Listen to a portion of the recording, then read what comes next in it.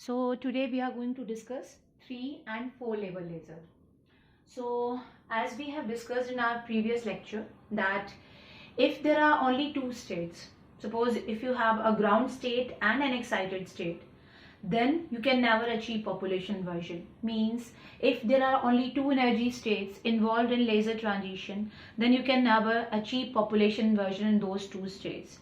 So all the lasers which are available in the market, either they are 3 level lasers or 4 level laser. So only two type of laser systems are there. One is 3 level laser where 3 energy states are involved, and the second type of laser systems are those where 4 energy states are involved. Now one by one we are going to discuss the working of a 3 level and 4 level laser, and finally we will try to see that out of 3 and 4 level laser which one is superior. So you have a 3 level laser where you have total atoms distributed in 3 states. So first state is ground state, state number 2 is a metastable state, and state number 3 is an excited state. Initially when you are having normal state or normal condition, then most of the atoms are present in ground state and only few atoms are there in metastable and excited state. Now we are going to connect this assembly of atoms with a pumping source. Now that pumping source that will send these ground state atoms from state number 1 to state number 3. It means in any laser system, in any 3 level laser system, the first transition will be from ground to excited state.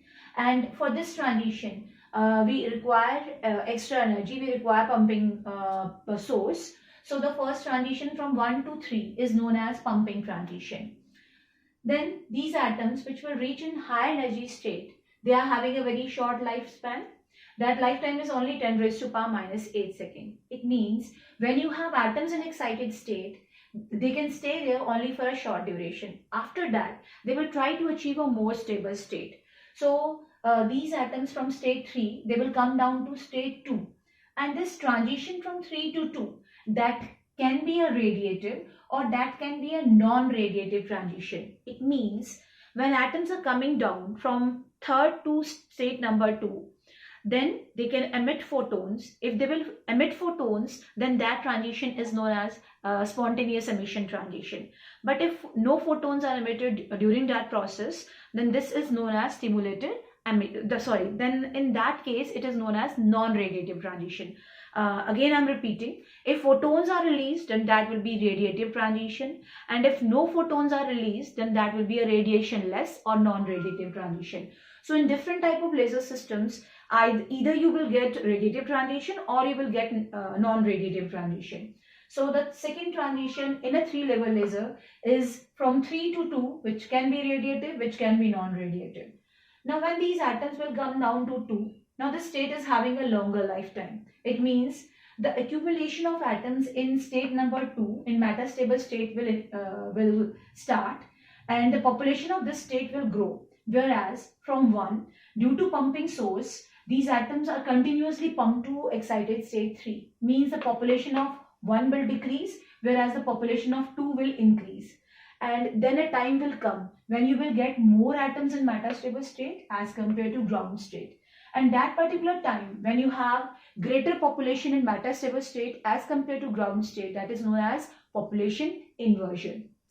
And if you will achieve population inversion, then those atoms which will complete their lifetime first in this metastable state, they will come down to ground state.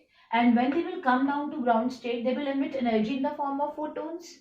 Then these photons, they will further interact with these metastable state atoms and they will trigger a stimulated emission transition from 2 to 1. So as a photon, due to spontaneous emission, that will trigger stimulated emission transition. It means one photon that will convert into 2.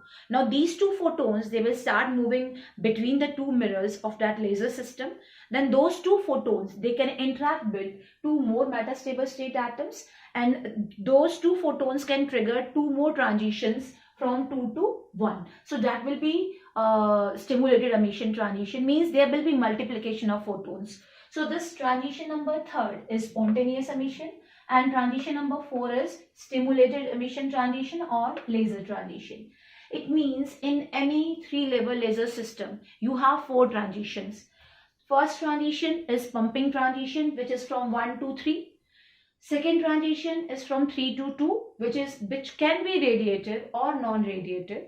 The third transition is from 2 to 1, that is spontaneous emission first. Then that spontaneous emission will convert into stimulated emission. So this is working of a 3-level laser system.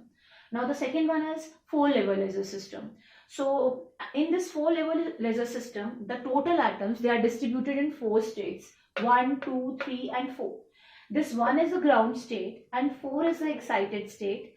1 is having maximum lifespan or most stable state, and 4 is highly unstable or least stable state. And in between there are 2 metastable states, this state number 2 and 3. The only difference between these 2 metastable states is the lifetime of this 3 is longer than the lifetime of state number 2. Again, I am repeating, the difference between these 2 metastable states is this 3 is having a longer lifetime as compared to 2. So initially in this assembly of atoms, most of the atoms will be present in ground state. Then you will connect that assembly with a pumping source. That pumping source will pump these ground state atoms to higher energy state. Now in that state, they can stay only for 10 raised to power minus 8 seconds. And after that, they will try to achieve a more stable state. So they will come down to state number 3. Now this transition from 4 to 3, that can be radiative or non-radiative, as in case of 3-level laser. So when these atoms will come down to state number 3, now you can see here, these metastable states, ideally they are empty, they are not having any atoms or very few atoms are there. So as soon as a few atoms will come down from 4 to 3, you have a greater population in 3 as compared to 2. It means now you have a population inversion between 3 and 2. In a 4-level laser, you have to remember that population inversion is achieved between these 2 metastable states. This 3 will be the upper lasing level and 2 will be the lower lasing level. So that as soon as these atoms will come down to state number 3, then state number 3 will be more populated as compared to 2. So that will be your population inversion.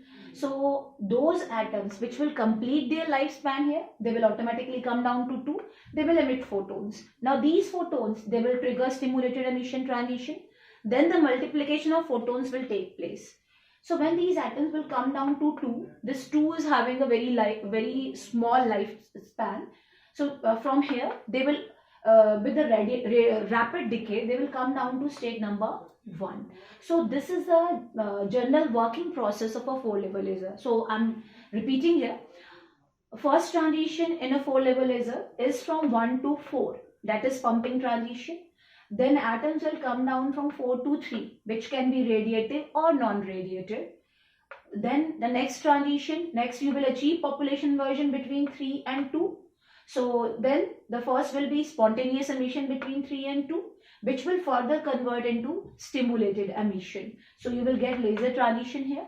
Then with the fast radiative decay, with the fast rapid decay to state number 1, these atoms will come down from 2 to 1. So this is your 4-level laser. Now if you will compare a 3-level laser with a 4-level laser, then we can conclude here that a 4-level laser is always superior as compared to a 3-level laser. So now I will try to explain the reason why a 4-level laser system is always superior to a 3-level laser system. Now see, in a 3-level laser, the lower energy state which is participating in lasing, that particular state which is actually involved in amplification of light, is state number 1 and 2. So this lower energy state or lower lasing level or ground state is the most stable state. So if you want to get the population inversion with respect to this state number 1, then at least you have to pump half of the atoms to high energy state or this metastable state. Only then you can say there is population inversion. You can understand it like this. Suppose you have total 100 atoms. So at least 50 atoms should be there in metastable state. Only then you can say you have population inversion between 2 and 1, because the state 1 is is most stable state. So since these two states are involved, since the lasing that will so that lasing will complete at this ground state. So with respect to this state, you are achieving population inversion, so you require a large amount of energy to get that population inversion. Now see this 4-level laser. In this 4-level laser, these two states are actually participating in light amplification. Amplification of light or multiplication of light will take place between these two. Now this state number 2, that is ideally empty, or you can say only few atoms are there. So if you want to achieve the population inversion between 2 and 3, then it is very easy to achieve population inversion because this is empty. So if you have no atoms here or only 2 or 3 atoms, so as soon as a few atoms will come down to 3, then with respect to 2, you have population inversion in state number 3.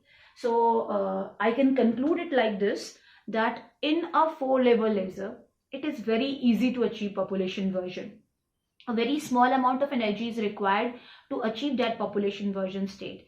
Whereas in a 3-level laser, since the ground state is the lower lasing level, so with respect to that, you have to achieve population inversion. It means you require a large amount of energy. That is the reason 4-level lasers, they are more efficient as compared to 3-level laser. It means a large amount of energy that can be converted into output energy in a 4-level laser. So these lasers, they are more efficient as compared to a 3-level laser. Thank you.